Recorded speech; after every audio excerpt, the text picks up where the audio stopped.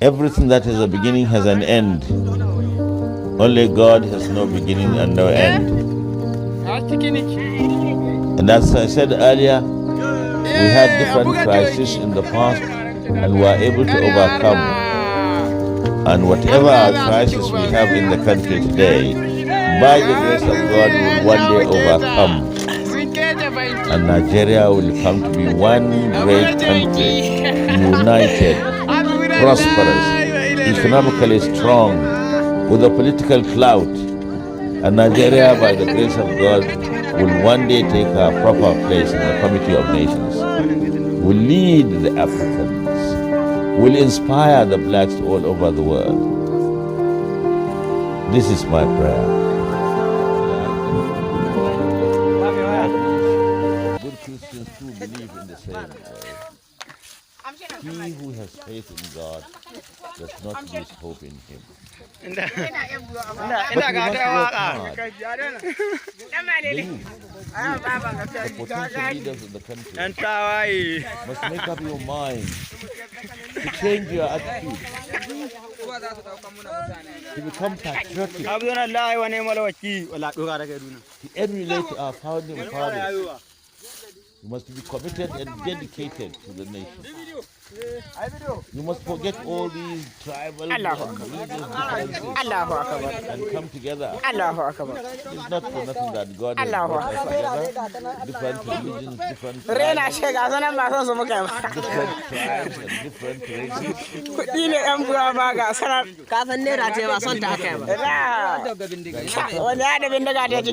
Learn to live together peacefully because of the road we are going to if we are not united at home, if we don't respect one another at home, there is no peace. Nobody outside will respect us and accept our leadership. The youth are the answer. You are the panacea to our ills. You are the solution to the problem. You are the vanguard of the revolution and the vehicles of change. You must make up your minds. To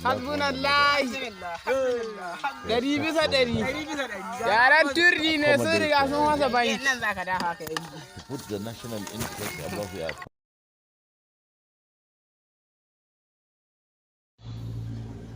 Ẹ̀kásán, ẹ kú dédé ìwòyí, gbogbo ẹ̀yin bàbá mi àtẹ̀yin ìyá mi, gbogbo ẹ̀yin ojúlówó ọmọ Yorùbá mo kí yín o, pé àlàáfíà Ọlọ́run yóò máa bá yín gbé, ojú òní tì yín, àárire bára wa ṣe, àánú Ọlọ́run ò ní fi yín lẹ̀. Mo ti kí ẹ̀yin bàbá mi àtẹ̀yin ìyá mi ní kíkí ọlá, ní kíkí ìkẹ́, ní kíkí ìgẹ̀ Olódùmarè. Ẹ̀yin àgbà náà lẹ sọ pé ẹni afẹ́ la mọ̀, a ò mẹ́ni tó fẹ́ ni. Ìpàkọ́ onípàkọ́ là ń rí, ẹni ẹlẹ́ni ní bá ní rí owó tẹ́ni. Bàbá mi Ògo Èkìtì, yóò dára fún yín, ojú òní tì yín. Ẹ má bínú, tí n bá ti ní Ṣọlá Owólabí Ògo Èkìtì ní ọ̀ríjínà ọmọ ọkọ. Ẹ̀yin àgbà Yorùbá lẹ sọ wípé ẹni afẹ́ la mọ̀, a ò mẹ́ni tó fẹ́ ni. Ntílé ayé dà nìyẹn ọmọ Yorùbá. Mo kí yín lórúkọ bàbá Professor Banji Akíntóyè, àrólé Awólọ́wọ̀, bàbá tó fi gbogbo ọjọ́ ayé wọn ń làkàkà kí ìran Yorùbá ó rójú, kí ìran Yorùbá ó ráàyè, kí ìran Yorùbá ó bọ́ sí ipò ẹ̀tọ́ wọn. Bàbá tó ń làkàkà lójoojúmọ́ pé èyí tí Nàìjíríà há ọmọ Yorùbá mókè òkun pé ó tó gẹ́. Mo bá bàbá mi kan sọ̀rọ̀ lénìí, wọ́n ní ó ti ń lọ sí bí 45 years táwọn ti wà nílùú òyìnbó, ẹ̀rù àti wálé ń ba àwọn. Ibi tó ti ń rìn tán yan fandafanda tẹ́lẹ̀ wọn ò lè rìn kán yan fandafanda bẹ́ẹ̀ mọ́. Ṣé ẹjọ́ wọn wá ní? Ikú ń bọ́ mọ́ rìn ọmọ òfúnra. Ikú ń bá Yorùbá rìn, Yorùbá ń embrace ikú. The majority of us know that Fúlàní ikú náà jẹ́ lẹ́yìn wa. Mo kí yín lórúkọ Májàsọ́lá Kàkàkí Olódùmarè, ojúlówó ọmọ Aníyèkáyé, ọmọ ńlá mo kí yín lórúkọ l'Amẹ́ríkà ní London ní Canada níbi gbogbo tẹ́ bá ti wà mo kí yín pé ẹ kú dédé àkókò yìí brother mi Ṣọlá ní 32 years in Germany ẹ̀rù ń bọmọ ọlọ́mọ láti wálé gbogbo wa ládẹ ń sọ wípé wọlé ilé bàbá ọmọ yìí bọmọ lẹ́rù Fúlàní ti wá ń jẹ́ kí ilé bàbá wa ó bà wá lẹ́rù àwa tá wà nú ẹ̀ gan aṣọ orí ikú ni pé ibi tó wá máa já sí kó já sí èmi náà ni mi ò tí ì yí padà mi ò yorúkọ mi padà bàbá Èkìtì yín náà ni the Alárìnyè of Yorùbá land ẹ̀gbọ́n náà ẹ̀yin àgbààgbà Yorùbá ẹ̀yin ọba àwọn orúkọ tí mi ò dárí tẹ́lẹ̀ máa dá lénìí torí ó ti dé ìkórìtà tá a máa bá àwọn àgbààgbà ilẹ̀ Yorùbá sọ̀rọ̀ those people call themselves tó wà ní high rank in political in Yorùbá land kí ló dé tí Sunday Igboho di ọ̀tá yín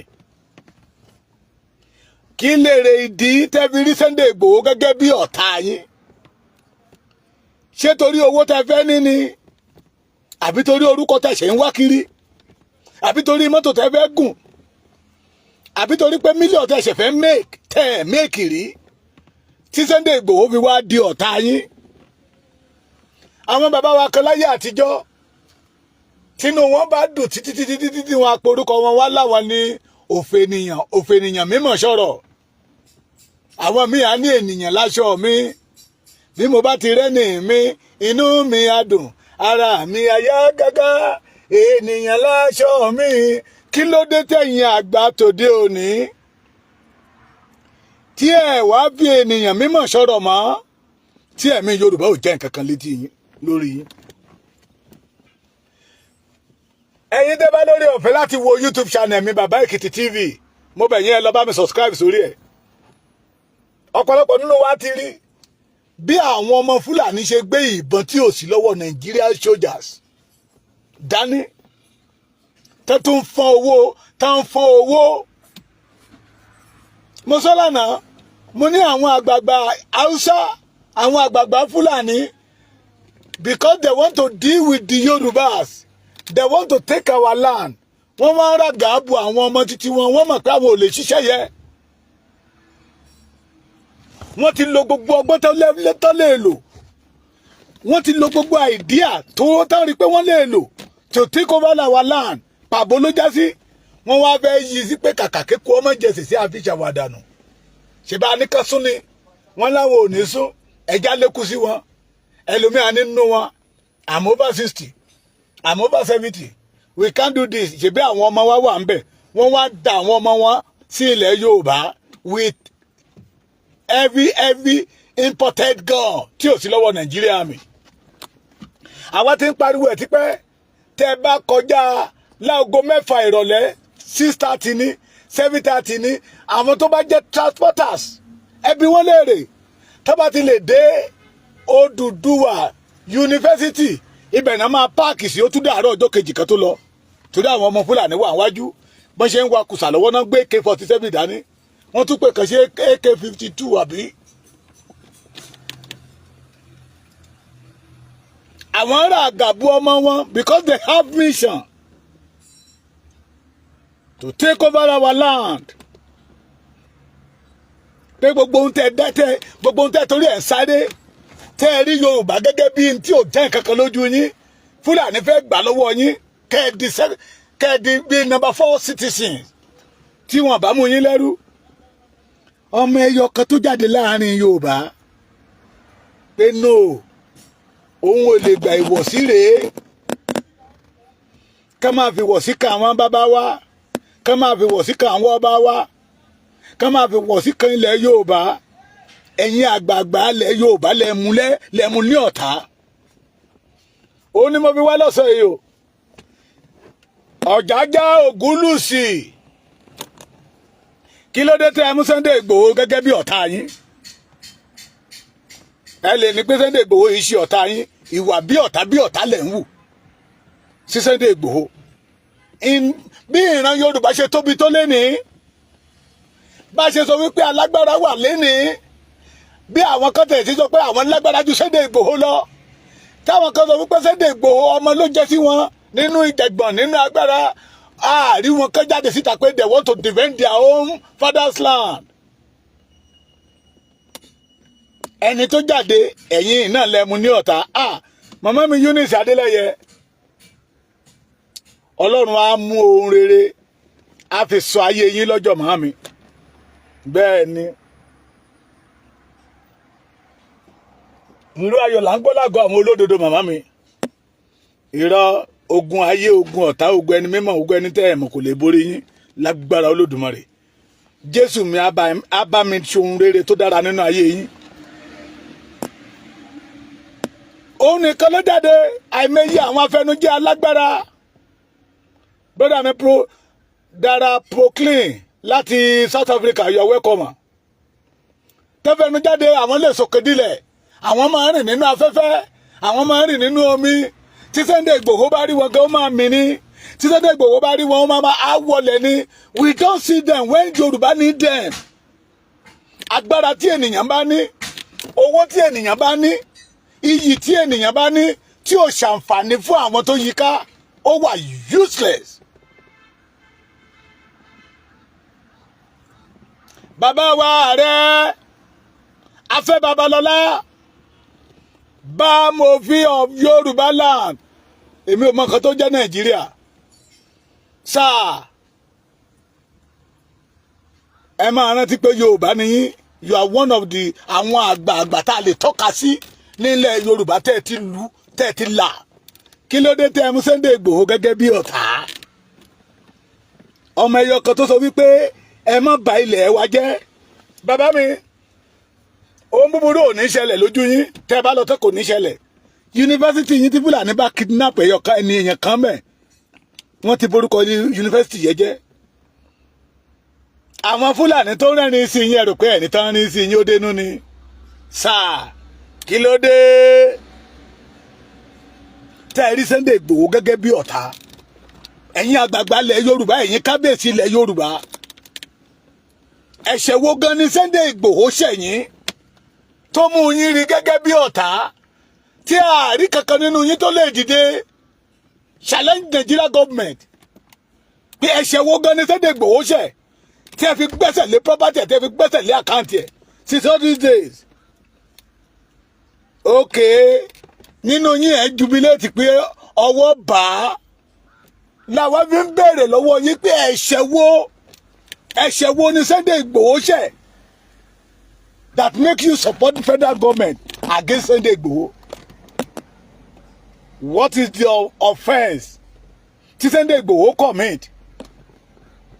àbí gbogbo yín inú yín dùn kí Fúlàní ó pa ìran Yorùbá run àbí gbogbo yín inú yín dùn kí Fúlàní ó kó wa lẹ́rú lórí ilẹ̀ bàbá wa àbí you are in support bàbá mi ààrẹ Afẹ́ Babalọ́lá Èkìtì lájọ wàsà ẹ̀yin lè bí àwa ṣe ń rìn kiri bí ẹni tí ìgbóná ń bájà ẹ̀yin lè má lórí ọ̀fẹ́ ṣùgbọ́n mo mọ̀ pé ẹ lè dá àwọn èèyàn síta kan máa bá yín gbá research kẹ́ wá wo àrà tí Dangote ń dá ní orí ilẹ̀ wa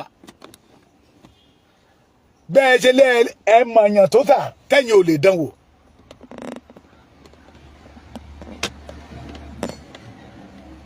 ẹ̀ṣẹ̀ wo àwọn èèyàn kan wọ́n ní Ọọ̀ni of Ifẹ̀ ó kọ́ Ọ̀jájá park sí Àkúrẹ́ wọ́n jubilate good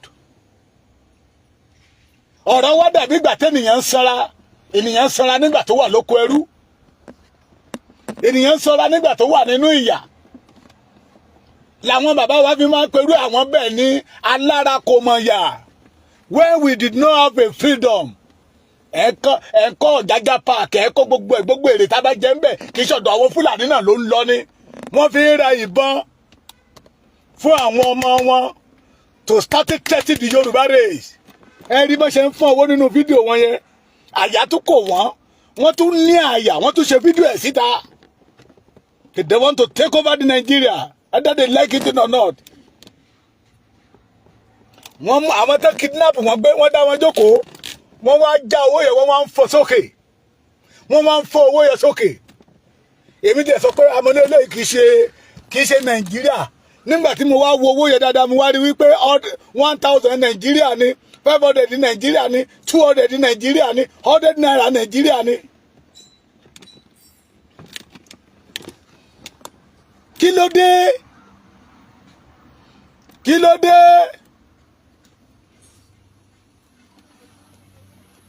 ọkọ ya Rasaki ọkọ ya kí ló dé tẹ́ sọ Sunday Igboho di ọ̀tá yín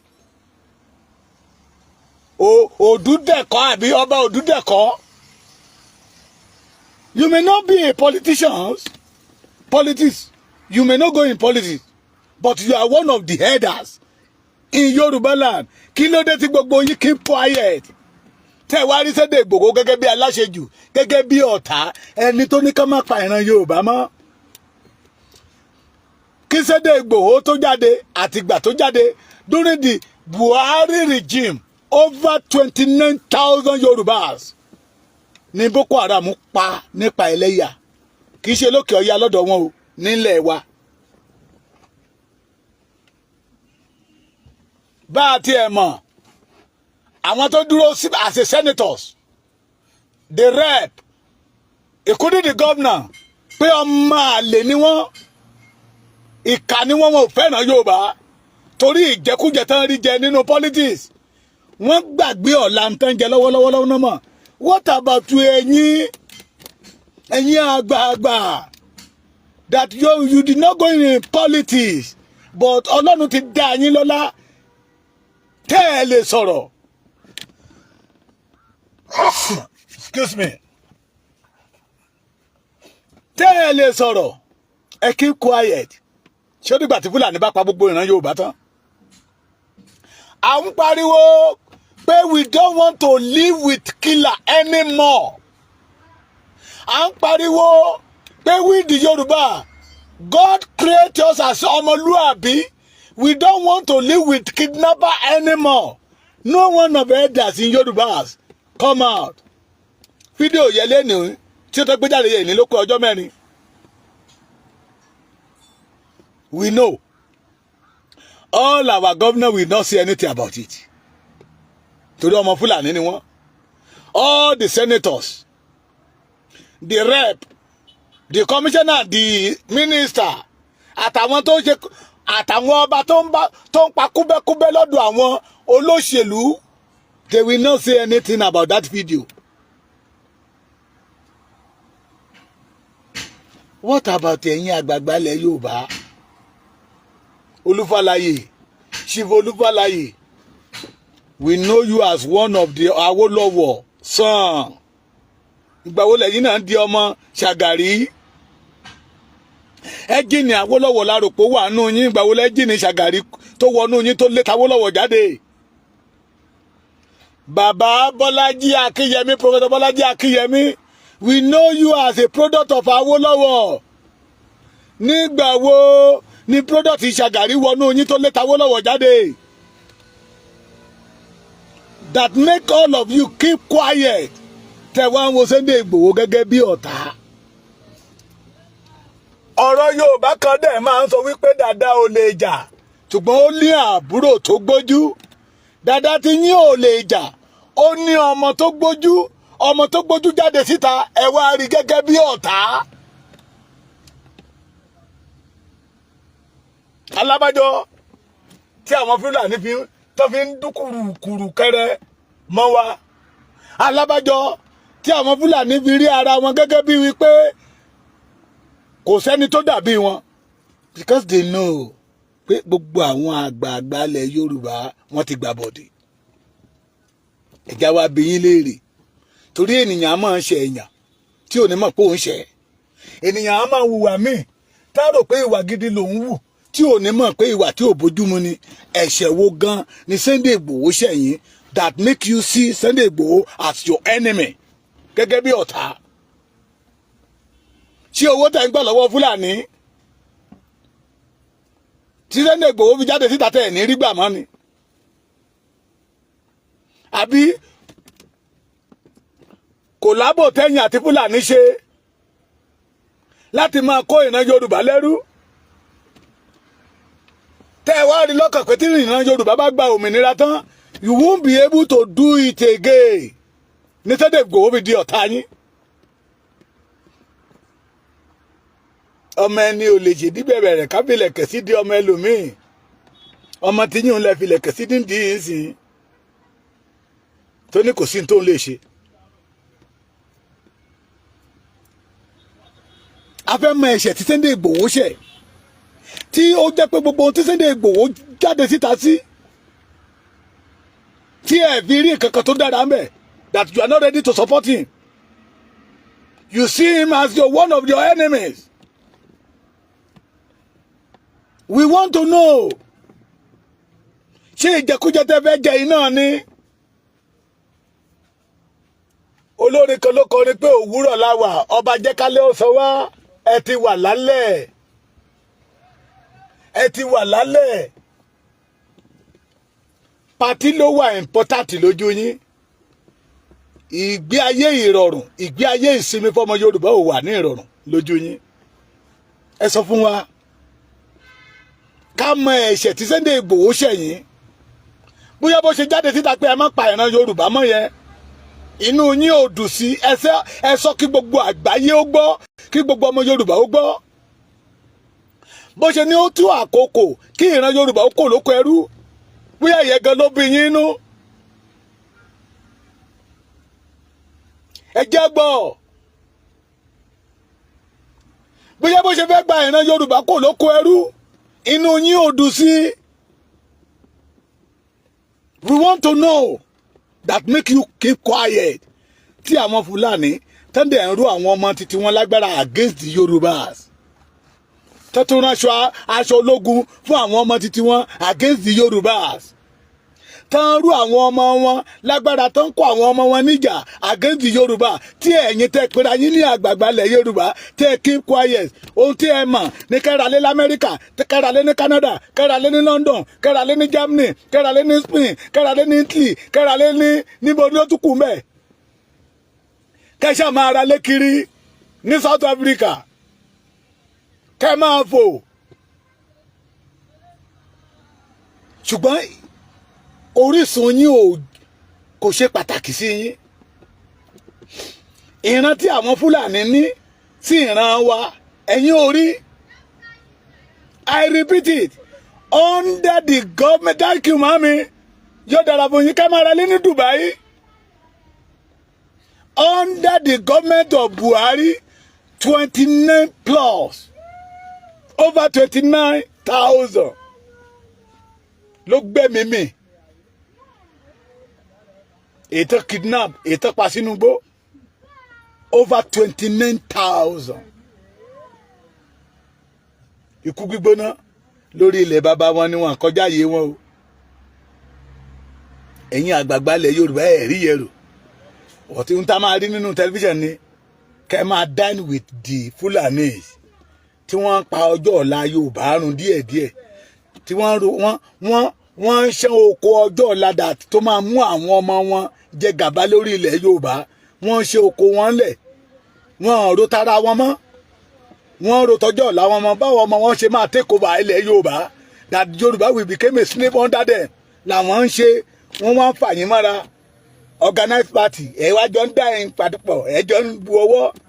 Ṣùgbọ́n tẹ́yìn ń jẹ lọ́wọ́ lẹ́yìn ń rò, ẹ̀yin ò ro ọ̀la báwọn Fúlàní ṣe ń ro ọ̀la tó ń gbógun ti ọjọ́ ọ̀la Yorùbá. Ohun tó bí ní máa bí yín o. Tó bá jẹ́ pé ẹ ti fi Yorùbá sign contract pẹ̀lú àwọn Fúlàní ẹjẹ́ àgbọ́ tẹ́ fi torí ẹ̀ sọ Sunday Igboho di ọ̀tá yín. We want to know ẹ̀ṣẹ̀ tí ọmọ Adéyẹmọ ṣẹ̀. Ẹ ti jẹ́ ká mọ ẹ̀ṣẹ̀ tí bàbá Akíntóyè ṣẹ̀ yín lẹ́yìn àgbààgbà ilẹ̀ Yorùbá ni o. Ẹ ti jẹ́ ká mọ ẹ̀ṣẹ̀ tí Professor Banji Akíntóyè ṣẹ̀ yín. Pé ṣé òun nìkan lọ́mọ Awólọ́wọ̀ ni ń tẹ́ torí ẹ̀ rán tẹ́ gbé jáde síta pé kó wá tẹ́ fi ṣẹlẹ̀ ẹ̀ṣẹ̀ fún. Nígbà tó òun àti Tinubu lẹ́gbẹ́ dìde ńgbà yẹn ló kọ́ contest tí bàbá fi win tó fi májà ṣe winner. Pé ń tẹ́ torí ẹ̀ gbé jáde síta òun kọ́ ló ń ṣe lénìí. kẹ́ lè máa tako gọ́ọ̀mẹ̀ntì on the day gọ́ọ̀mẹ̀ntì tó bá wà lórí oyè kẹ́ máa tako wọn kí owó lè máa wọlé sápò yín lẹ fi gbé Bánjí Akíntóyè dìde but bàbá yẹn sọ wípé Awólọ́wọ̀ pàdé òun lójú oorun pé don't betray your origin àkókò tó fún ìran Yorùbá láti kó nínú ìgbèkùn ìlú tẹ́ ń lù fún bàbá yẹn ò gbà ẹ jẹ́ á wá ọ̀nà tí ìran Yorùbá máa fi padà sí orísun wọn pé we are born to rule our world not to be a slave under the Fulani ẹ̀ṣẹ̀ tẹ́ ní bàbá ẹ̀ṣẹ̀ yìí nìyẹn lára yín jáde síta pé iṣẹ́ táwọn aràn Bánjí Akíntóyè kan ló ń ṣe àwọn ò ní kó jà ìjà òmìnira fún ìran Yorùbá pé iṣẹ́ tẹ́ ẹran kọ́ ló ń ṣe ẹ jáde síta a ti mọ̀ pé inú yín ò dùn sí bàbá Professor Bánjí Akíntóyè torí pé ìlú kówókówó tẹ̀ ń lù fún bàbá yẹ ò bá yín jó kí wá ní ti Sunday Igboho afẹ́kẹ́ sọ ẹ̀ṣẹ̀ tí Sunday Igboho tún ṣe ẹ̀yìn náà síta ẹ̀yin ọba ilẹ̀ Yorùbá ẹ̀yin Àkárìgbò ẹ̀yin ọba Ẹ̀gbá gbogbo ọba Èkìtì ẹ̀yin ọba Ọ̀ṣun tó fi dé Kwara tó fi dé Ògùn tó fi dé Èkó ẹ̀yin àgbààgbà ilẹ̀ Yorùbá tó yẹ kí ìran Yorùbá máa sátọ̀ pé ẹ gbà wá ẹ̀yin bàbá wa ń tójú wá ríre kẹ́ ẹ dúró gẹ́gẹ́ bí igi lẹ́yìn ọgbà fún ìran Yorùbá lẹ wá dúró gẹ́gẹ́ bí ọ̀tá orísun Yorùbá ẹ̀ṣẹ̀ wo ni Sunday Igboho ṣẹ̀yìn tí Sunday Igboho fi di ọ̀tá yín we want to know. We want to know. Ẹ̀ṣẹ̀ tí Sunday Igboho fi ṣe ẹ̀yin Afẹ́nifẹ́re we want to know. Ilé bàbá Ayọ̀ Adébánjọ ni Sunday Igboho ń lọ ní ọjọ́ wọn àná tẹ àtàkẹ́ ní Guru Maharaji which offence ilé àti ilé Gani Adams ṣé rìsọ́ṣọ́nì tẹ́ ń pariwo tẹ́ ẹ mọ̀ pé bí Sunday Igboho ṣe jáde síta ìkòkò ọbẹ̀ rìsọ́ṣọ́rì yín ti fọ́ ní Sunday Igboho fi di ọ̀tá yín we want to know.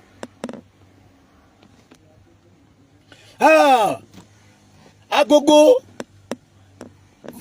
two federalism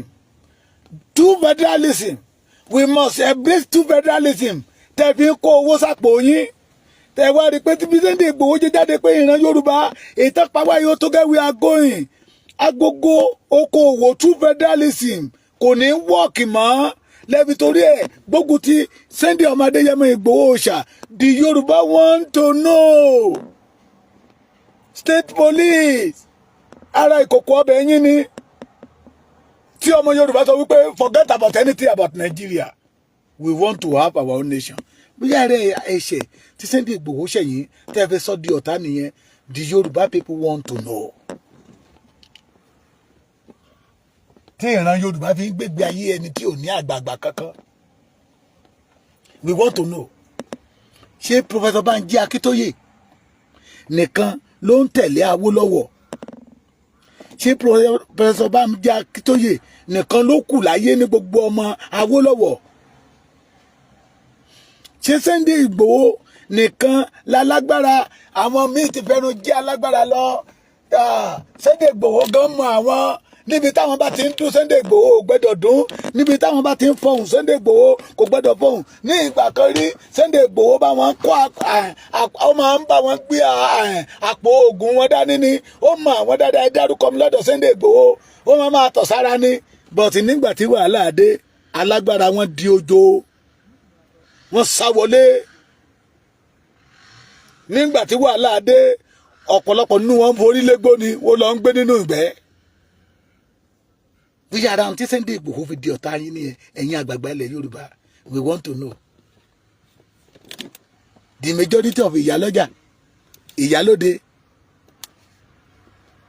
bọ́dà mi kan a ní àdàpè àjẹ́ tó ń pè ní ìyálóde. We want to know.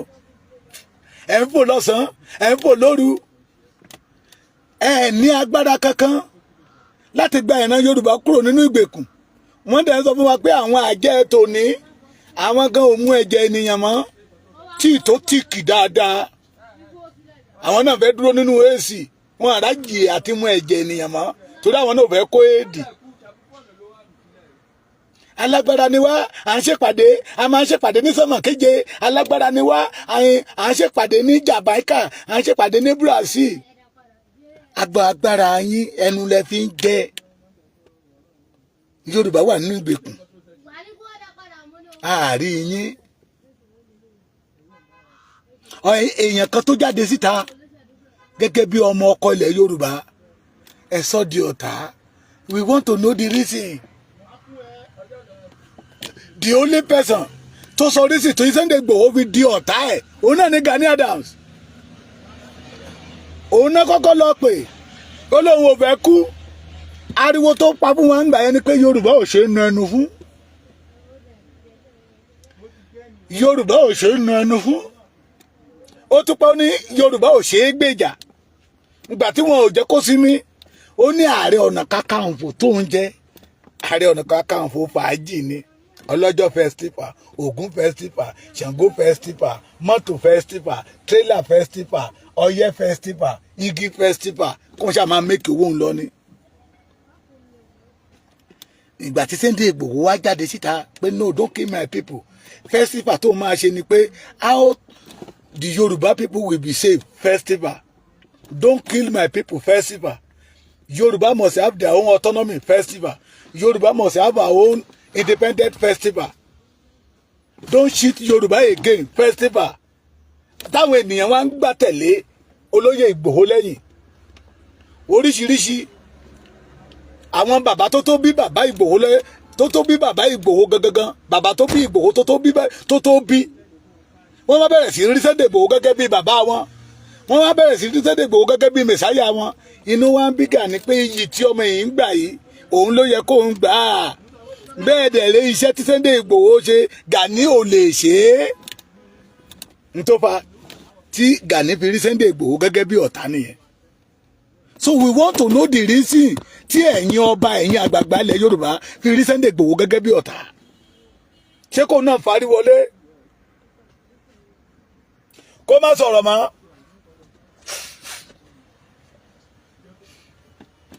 Kí Fúlàní pa 29,000 lọ́dún yìí. Ọdún tó túbọ̀ kí Fúlàní tó pa another 29,000. Ká máa pa 29,000 ẹ̀ 29,000 Yorùbá people every day lẹ́yìn fẹ́.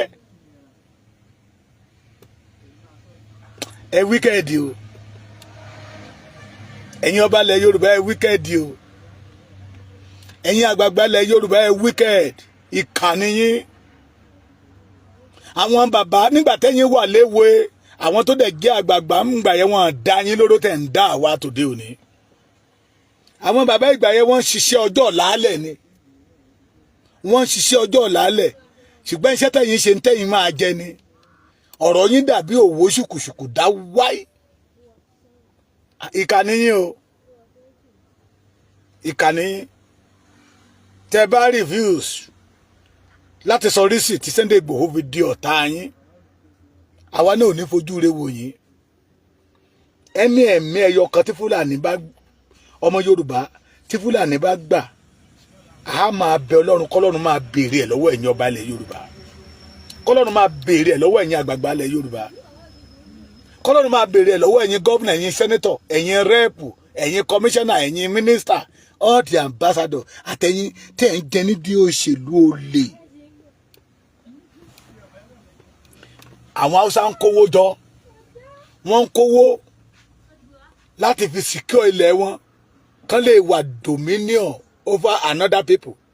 Ẹ̀yin kówó títí yẹn lọ fi ń ra lé ní Dubai káàkiri pé bí wọ́n bá lè paran Yorùbá nù kán pa wọ́n tán ọmọ ti tèmi ò ṣáà sí bẹ́ẹ̀ aya ti tèmi ò ṣáà sí bẹ́ẹ̀. Ìkà ni yín o. Ìkà ẹ̀yin gan mọ̀ pé ìkà ni yín. Èrèdí tí ẹ fi mú Sunday Igboho ní ọ̀tá tẹ́ ẹ̀ bá sọ síta ìkà ni yín àwa náà ò ní fojú rí wò yín. Not all the ọbas yo adọ́dọ̀ àwọn ọba tó sọ pé ibi tí Sunday Igboho bá ń lọ làwọn ń lọ ṣùgbọ́n àwọn kan wà tó jẹ́ pé tán bá sọ̀rọ̀ létí wọn òkè náà máa lọ gbé sí náà máa lọ gbé lọ kán máa fìbọn lé wọn káàkiri. Ẹ ya ìkà o torí oúnjẹ tẹ́ máa jẹ tó jẹ́ pé tó bá jáde nídìí yín á di shit ẹ ní lè fọwọ́ kàn mọ́. torí aṣọ tẹ́ máa wọ̀ gómìnà kan nígbà kan Àlàó Àkàlà ó ń dalé ní tẹ́ bá lọ wo ibi tó sí Àlàó Àkàlà sí eégún lẹ máa bá ń bẹ̀. ó lé iye millions tí Àlàó Àkàlà fi ń ra cream. ó lé iye aṣọ tí Àlàó Àkàlà tó ń rán lóṣù. aṣọ 3 ni mo lórí ọ̀fẹ́ àti ṣiṣẹ́ ní company tó ti ń rán aṣọ. aṣọ tó bá wọ̀ láàárọ̀ kọ́ ló máa wọ̀ lọ́sàn-án èyí tó bá wọ̀ lọ́sàn-án kọ́ ló máa wọ̀ lálẹ́. Àlàó Àkàlà ń dà lẹ́ni ilẹ̀ ti gbé mi. Where is MKO Abiola? Ó ti lọ tẹ́ bá débi tó sí òun náà sí eégún lẹ́ máa bá ń bẹ̀. You these wicked leaders tí ẹ rántí ọjọ́ ọ̀la tí Fúlàní náà ń ṣiṣẹ́ ọjọ́ ọ̀la lẹ̀ tí àwọn máa fi jẹ́ dominion lórí Yorùbá tá a sọ wá dẹrú. They want to conquer the Yorubas as they conquer the Hausas. Ṣé Hausa tún lẹ́nu ọ̀rọ̀ lọ́dọ̀ wọn lọ́hùn làwọn Yorùbá fi sọ pé Fúlàní pa Hausa gàbàrí gbé gàbàrí mì ní kò kàn wọ́n. But wọ́n ti succeed lọ́dọ̀ àwọn Fúlàní lọ́dọ̀ àwọn Hausa. Then they are now facing the Yoruba land. Ẹ̀yin tẹ́ jẹ́ àgbààgbà ilẹ̀ Yorùbá ẹ dẹ̀ keep quiet. Ẹ wicked o. Ẹ wicked. Ṣùgbọ́n mo mọ̀ Ọlọ́run tí kìí gbé èébì fún aláre á ṣèdájọ́ yín. Á ṣèdájọ́ yín. Ìdájọ́ gbígbóná lẹ́ ń ṣe fún ìran Yorùbá lọ́wọ́lọ́wọ́. Ọlọ́run yẹn náà máa wá ṣe ìdájọ́ gbígbóná náà fún ẹ̀yin náà. Ẹ wicked. Ẹlẹ́ máa ṣojú Awólọ́wọ̀ ìgbà táwólọ́wọ̀ lọ ẹlẹ́ máa ṣe yín ẹlẹ́wí. Ìgbà tádékúnlé Ajáṣin ń lọ ẹlẹ́ máa ṣe yín ẹlẹ́wí. Ẹ wicked. Ẹ wicked. Ẹ ṣe máa mi gàbàrí pa Fúlàní kò lẹ́jọ́ nú. Ẹ wicked. Ẹ ṣojú ẹ ṣẹ̀yìn Olúṣẹ́gun Ọ̀ṣọ́bà. Ẹ dẹ̀rù bí ìgbẹ̀yìn yín ṣe máa rí. Bísí Àkàndé ẹ̀ẹ́dẹ̀rù bí ìgbẹ̀yìn yín ṣe máa rí. Pé Yorùbá panepit all of you. Nínú rà ní Yorùbá ti mú yín jáde tó panepit yín tó sọ yín dé èèyàn. Yorùbá tó mú yín kò nínú rà lẹ́wọ́ àti Yorùbá padà sínú rà. You now give Fulani power over the Yorubas. Ẹ wicked o, ẹ̀yin gan mọ̀ pé wicked. But we want to know. Rísì tí Sunday Igboho fi di ọ̀tá yín. God bless you. Ẹ má gbàgbé ẹ̀yin ìyá mi àtẹ̀yin bàbá mi. To subscribe to the Baba Ekiti TV on YouTube channel. Àjọṣe wa ò ní bàjẹ́. Mo mú ìwé kan bọ̀. Wọ́n lọ́mọ wa kan wà nílùú Òyìnbó. Òun náà wà lára àwọn tó kọ̀wé. Ògo táwa ò rí ló ń lé. Tọ́mọ yẹn bá wà nílé kò ní rí ògo yẹn lò.